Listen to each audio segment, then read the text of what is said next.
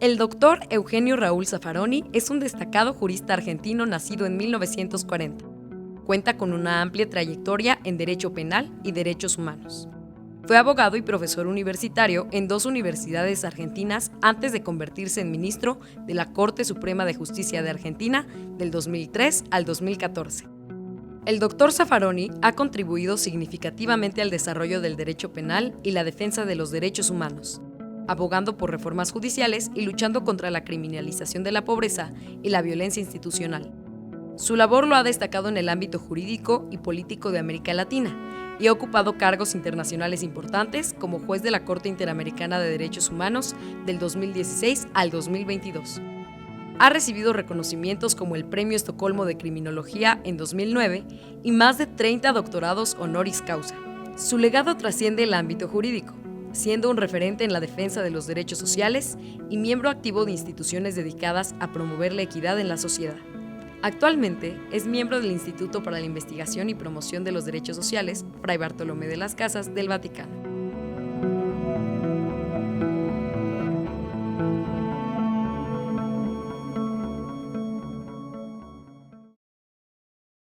Cuando me dediqué a estudiar Derecho en Buenos Aires hace muchísimos años, me interesó el derecho penal, de ahí pasé a interesarme por la criminología.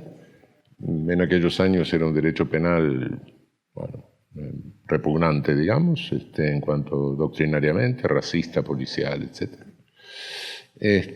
Luego que me gradué, tuve la suerte de poder venir a México. Estuve aquí estudiando con el maestro de la criminología mexicana, con Alfonso Quiroz Cuarón, en la UNAM.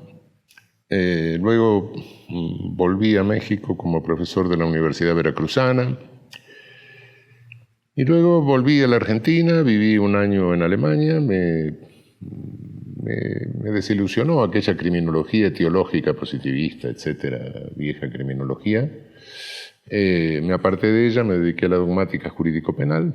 Escribí mi tratado en 5 volúmenes en aquel momento.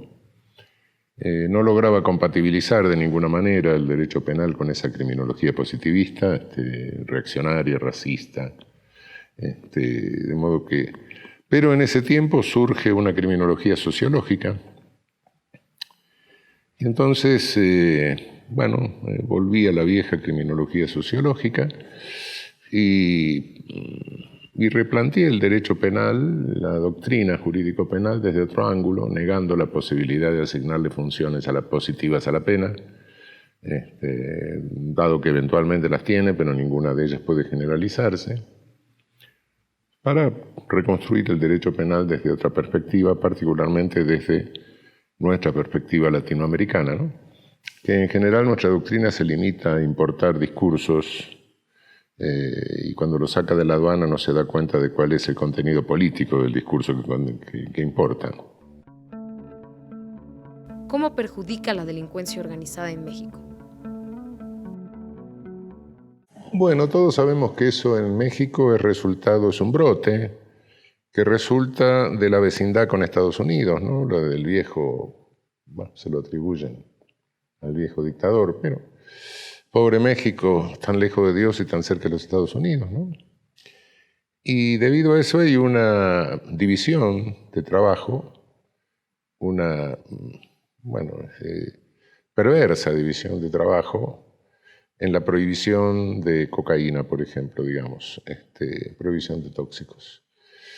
A diferencia de la vieja prohibición del alcohol de hace 100 años de Estados Unidos, donde la prohibición hizo que aumentara el precio de lo prohibido, por supuesto, porque disminuye, la ley de oferta y demanda no se altera con esto, al disminuir la oferta aumenta el precio.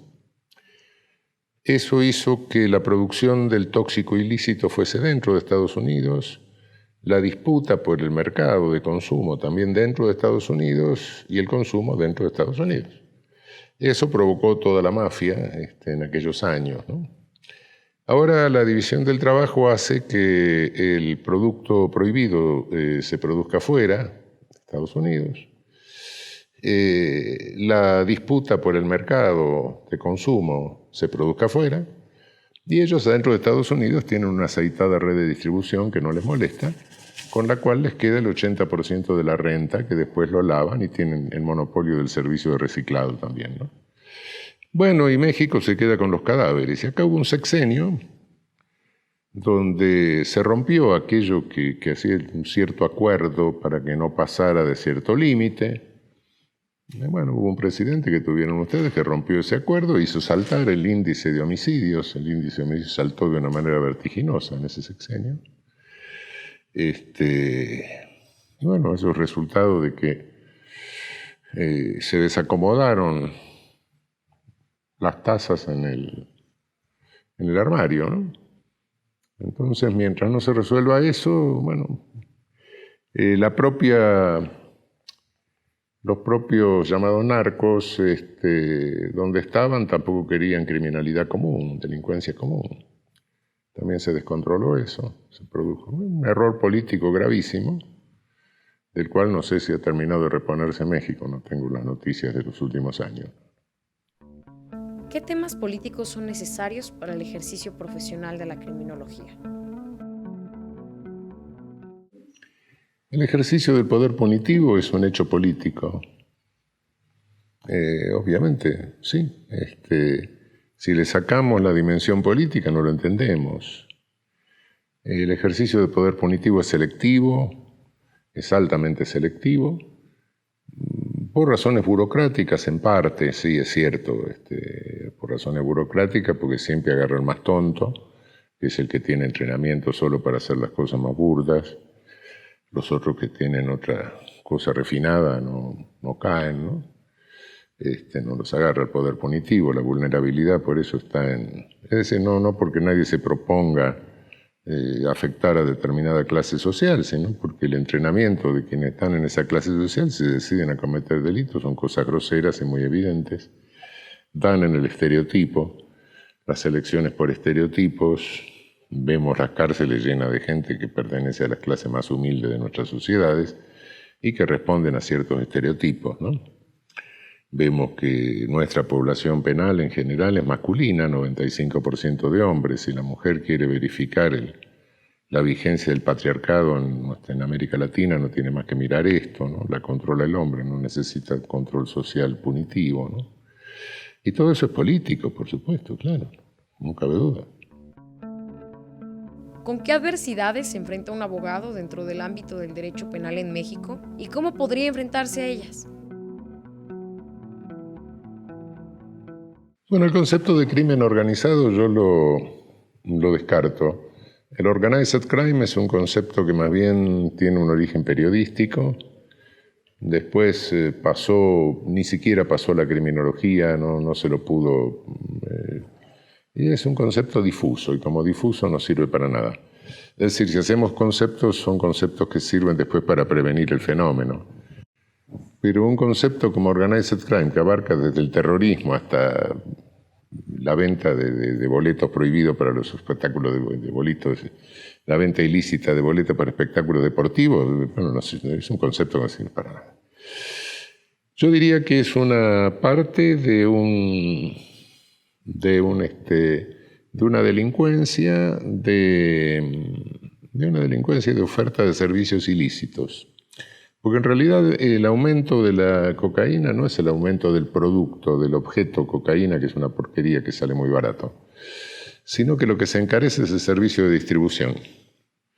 Es una plusvalía del servicio de distribución. Entonces, bueno, ¿cómo encarar esto? Aparte de qué puede hacer el abogado. No sé, creo que frente a esto y en general, frente al ejercicio del poder punitivo, bueno, tomar lo primero que creo que tenemos que hacer desde la academia, porque nosotros nos quejamos de lo que hacen los jueces, etcétera, pero los jueces no salen de una incubadora, los jueces los fabricamos nosotros, ¿no? ¿Qué derecho penal les estamos enseñando? Y les estamos enseñando un derecho penal falso. Estamos enseñando un derecho penal que está basado en afirmaciones que son falsas. La pena sirve para prevenir el delito. Cuanto más pena pongo, menos delito tengo. Es mentira, eso no es cierto. Puede ser que cumpla alguna función disuasoria en hechos de menor intensidad, de menor gravedad, en contravenciones, por supuesto, pero eso es una función de todo el derecho. Pago el alquiler para que no me desalojen de la casa o no dejo el auto estacionado en lugar prohibido porque me multan. Bueno, eso. Pero cuanto más grave es el hecho, menos poder disuasorio tiene el poder punitivo. Es decir, alguien que mata a la mujer, cosas así. Alguien se cree que va a abrir el Código Penal a ver si, como si fuera una lista de precios, para ver si tiene 5 años más, 5 años menos de pena. Es absurdo, es ridículo, cómico. Sí, no. Entonces, bueno, lo primero que hay que... Yo no sé para qué sirve la pena en definitiva, porque no porque no tenga ninguna función, sino porque tiene demasiadas. Es un hecho político, y el hecho político es multifuncional. Pero sí sé una cosa, que si no se lo contiene, arrasa con todo el derecho y termina en el genocidio. Es decir, ¿cuál es la función de lo jurídico? Y es una función de contención del ejercicio del poder punitivo dentro del límite medianamente razonable, mínimamente razonables, dejando pasar el que sea menos irracional y parando el que es más irracional. Si no, de lo contrario, terminamos en el genocidio. Se expande el poder policial sin límite y bueno, y terminamos en la catástrofe, ¿no? ¿Qué han sido esto? Lo verifico con los genocidios del siglo pasado, sin irme más atrás, no me voy a Hernán Cortés, quedémonos en el siglo pasado. ¿Qué era la KGB? Una policía. ¿Qué era la Geheime Staatspolizei? Una policía. ¿Qué eran las SS? Una policía. Me dirán América Latina, Fuerzas Armadas. Sí, pero Fuerzas Armadas no en función específica bélica, en función policial. Entonces, bueno, cuando se pierde el control jurídico, y sí, llegamos al desastre, ese es el asunto. Lo que hay que hacer es contenerlo. ¿Cómo afecta el poder político durante la aplicación del ejercicio punitivo en contra de la sociedad?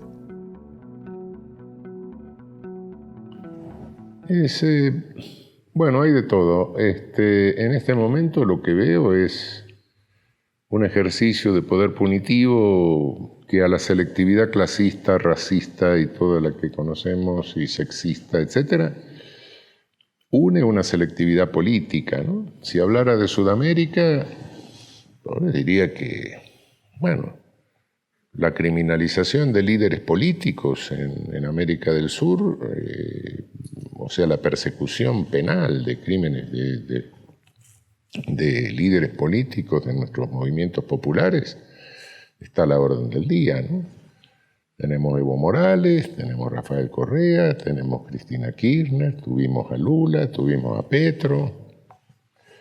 Es el uso del poder punitivo para luchar o contener movimientos populares de afirmación soberana, ¿no? Porque no son movimientos revolucionarios, que ahí se está saliendo el sistema capitalista, no. Son de afirmación soberana, ¿no? Y estamos sufriendo, en ese sentido, una guerra híbrida. Una guerra híbrida que es una guerra colonialista, por supuesto, ¿no? El colonialismo hoy no asume las mismas características del colonialismo originario, ni del neocolonialismo. Hoy nos colonizan a través de endeudarnos. Bueno, en un mundo donde el capitalismo cambió, pasó de un capitalismo productivo a un capitalismo financiero, un mundo donde parece que llegamos a un final de época y la otra no sabemos qué viene, un mundo donde tenemos las potencias más importantes están endeudadas. Estados Unidos tiene una deuda de casi 2 veces su PBI y no la va a poder pagar nunca. Entonces una economía que se va haciendo con papelitos de te voy a pagar lo que no te voy a poder pagar nunca, bueno, es muy raro, ¿no? Estamos marchando a una nueva época y nuestra región sufre las consecuencias de esa confrontación de poder que da en este momento, ¿no? ¿Qué opinión le genera la legislación en materia penal que es aprobada sin tomar en consideración el contexto socioeconómico? Bueno, hay toda una legislación penal del último tiempo, de las últimas décadas sobre todo, que ha destruido nuestros códigos. Yo no me preocupo tanto por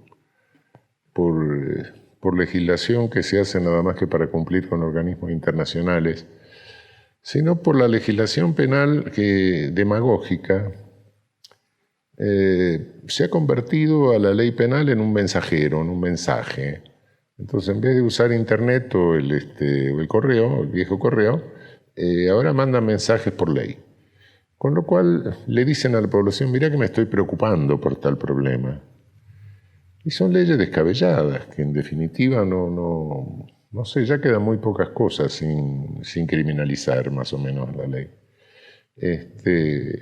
Leyes que han desarmado la armonía de los códigos, se pena más un delito contra la propiedad que un delito contra la vida.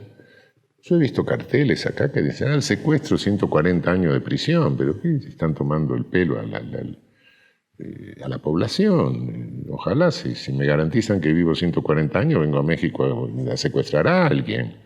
Es absurdo, ¿no?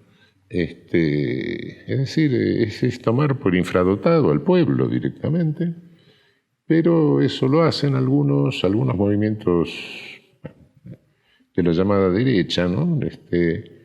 Y otros que sí son movimientos populares, pero lo hacen por miedo a perder votos, ¿no? O lo siguen por miedo a perder votos, o no se oponen por miedo a eso. Este populacherismo represivo, este populacherismo punitivista, sí nos ha desarmado la legislación, ¿no? Ahí tendrían que cumplir nuestros poderes judiciales un poder de contención importante. Porque va a llegar un momento dado que de inseguridad jurídica total, ¿no? Y eso nos ha llevado a una explosión de prisionización también, que ha convertido a nuestras cárceles en campos de concentración directamente.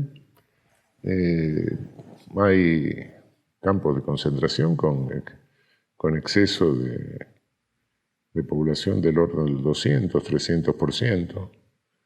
El control interno, porque a diferencia de Estados Unidos, en que el gran encarcelamiento hizo aumentar el número de prisiones y el número de funcionarios, porque eso le resultó funcional en el momento de la economía norteamericana, que pasaba de economía de producción a economía de servicios, lo que no logró Trump volver a ser una economía de producción. Entonces sacar 2 millones de personas de la circulación le era funcional, la gran mayoría negros, claro. Pero por otra parte también demandar servicio para cuidar a los 2 millones. Nosotros no, hemos aumentado, tenemos más de la mitad de nuestros presos en la región en prisión preventiva. La pena más común que tenemos en la región es la prisión preventiva. Y nuestras cárceles no aumentaron el número de presos, de modo que el control interno de la cárcel queda en las manos de bandas de criminalidad de mercado. Entonces, y esas bandas se pelean entre ellos, lo que da lugar a los famosos motines, donde aparecen decapitados, descuartizados, castrados, etc., que nuestros medios televisivos lo filman y después lo muestran para legitimar ante la población, miren qué salvajes que son, por eso tienen que estar presos. ¿Considera que los medios de comunicación se ven limitados por el gobierno a partir de lo que transmiten?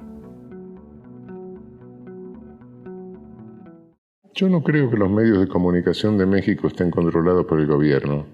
Los medios de comunicación de México son monopólicos, igual que en la Argentina. Acá se llamará Televisa, Azteca, en la Argentina se llama Clarín, en Brasil se llama Rede Globo, en Chile se llama Mercurio. En toda nuestra región tenemos medios de comunicación monopólicos que son parte de ese colonialismo financiero. Son incompatibles absolutamente con las pretensiones de democracias plurales que nosotros queremos tener, son construcción de realidad única, lo que sí era compatible con el Völkische Beobachter de Hitler o el Pravda de Stalin, pero no son compatibles con una democracia plural. De modo que la manipulación de la información a través de medios, la creación de realidad única que tenemos en la región, y sí, es otra manifestación de esta condición subordinada que nos quieren tener, ¿no? ¿Cómo afectan los medios de comunicación a la información que se recibe por la sociedad cuando no hay veracidad en lo transmitido?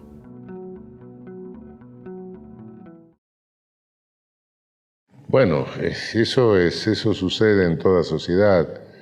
Cuando uno se pregunta cómo puede sobrevivir una dictadura, una tremenda dictadura con desaparición de personas, con persecución política, y sí, lo normaliza. Hay un momento dado, es una defensa. Es un mecanismo de huida de la realidad, pero es una defensa. Y hay hasta cierto punto un negacionismo respecto de parte de esa violencia, ¿no? Hay una selección, en decir, bueno, tengo que sobrevivir en esta sociedad, ¿qué voy a hacer? Es una defensa psicológica. Hay que resolver los problemas, los grandes problemas reales, y no, obviamente, insisto, si no hay una información plural, si no hay una realidad, si hay una construcción, porque los medios no son una cuestión mera de comunicación. Sí, son comunicación, libertad de expresión, etcétera, pero los medios son los que crean la realidad. Yo no sé lo que pasa en otra parte del mundo si no es a través de los medios. Quizá no sepa lo que pasa en otra colonia de mi misma ciudad. Yo vivo en un país donde tanto Argentina como Uruguay, como Bolivia, Chile, por suerte tenemos muy poco índice de homicidio. Es bajísimo el índice de homicidio que tenemos. Sin embargo, uno abre la televisión y da la impresión que sale a la calle y lo matan en la esquina, ¿no? Y no, ojalá toda la región tuviera el índice de homicidio que tenemos en ese pedazo de sur. Mismo Brasil nos quintuplica a nosotros. Caramba. Pero, ¿cómo se genera eso? Y tienen su técnica. Siempre entre varios millones de habitantes hay un homicidio, claro. Hay varios, pero bueno. Se elige el más sensacional, el que es más absurdo, el que es más cruel, el que es más aberrante.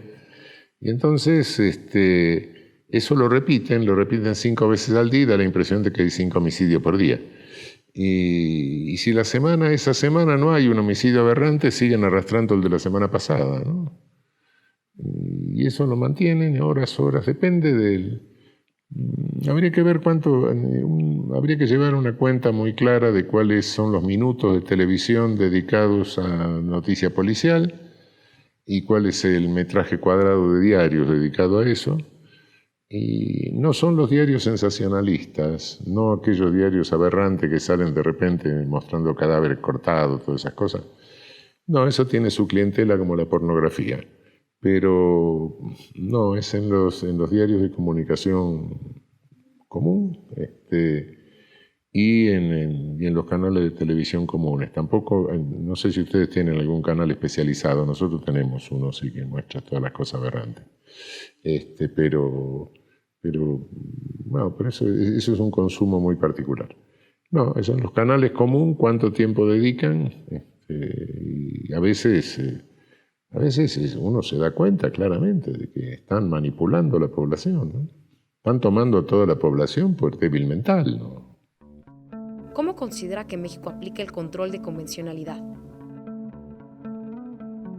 Ningún país de los nuestros, si se aplicara rigurosamente la Convención Americana y el control de convencionalidad, y viviríamos todos en el paraíso, sin lugar a dudas.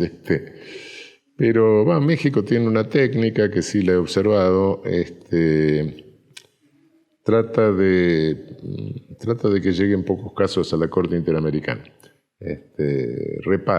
Prefiere reparar antes de que el caso llegue a la Corte Interamericana. ¿Considera que la Corte Interamericana de Derechos Humanos funciona correctamente para dar solución a las problemáticas sociales de los gobernados, considerando el tiempo que tarda en dar resolución a los casos? Sí, el sistema interamericano es muy débil. Es un sistema sumamente frágil, no tiene una estructura fuerte como tiene la Corte Europea de Derechos Humanos. No se puede hacer la denuncia, la víctima o supuesta víctima no puede acudir directamente a la Corte, sino que tiene que pasar a través de la comisión que está en Washington. La comisión recibe unas 1000 denuncias por año y la Corte emite unas 30 sentencias, lo cual muestra que es un embudo. Si se fija, cada una de las sentencias de la Corte empieza diciendo, por regla general, esto ha demorado en el trámite,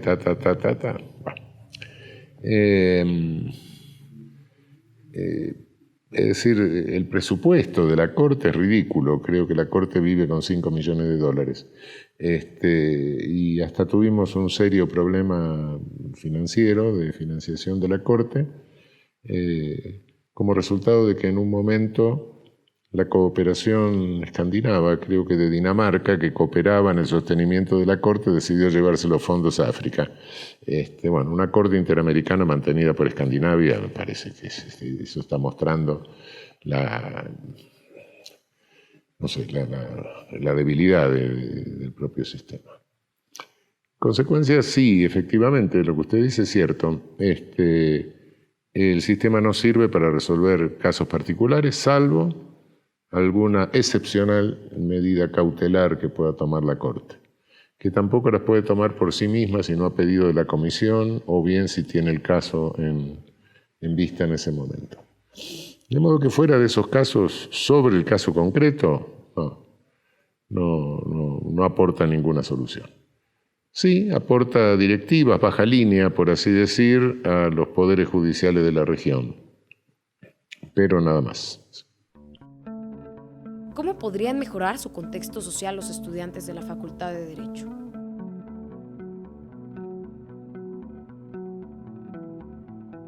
Y les toca vivir un mundo muy complicado, un mundo muy complejo, donde juegan, como decía hace un rato, acaba una época, es un final de época esto, no sabemos lo que viene, hay que estar aguzado, pero es un final de época complejo, ¿no? Porque primero lo que describía esto de la variable financiarización del capitalismo es seria, porque muy probablemente esto nos conduzca en algún momento a una suerte de caos económico, ¿no? Que se va a traducir en un caos político. Digo mundial, no. Y en segundo término hay una amenaza de esta...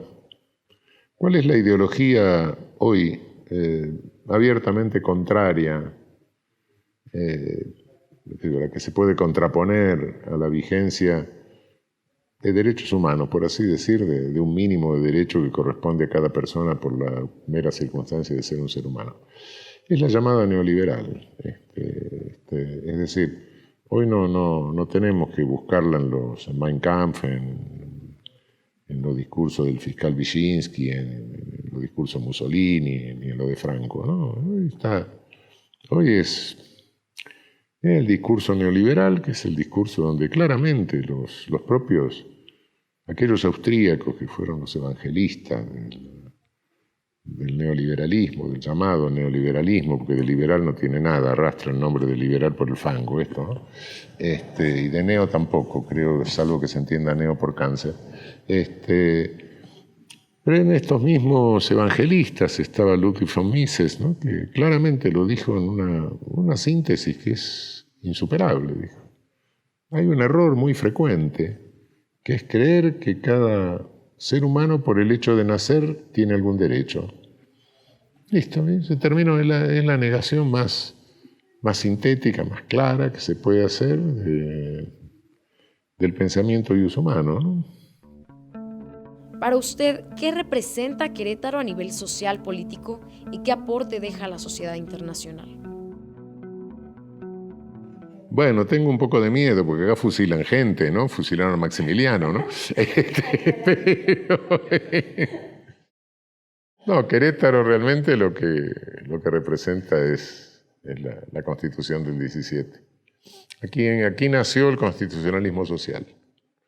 Mentira que es la Constitución de Weimar, ¿no? La Constitución de Weimar es posterior, y el constitucionalismo social es un aporte mexicano, sin lugar a dudas, y este es el lugar donde nació. Impresiona mucho saber que no nació, pero es una gran lección, que no nació por impulso de los juristas, de los abogados de la época, que eran unos licenciados formados en el tiempo del Porfiriato, sino que nació por imperio y por presión de los diputados campesinos y obreros.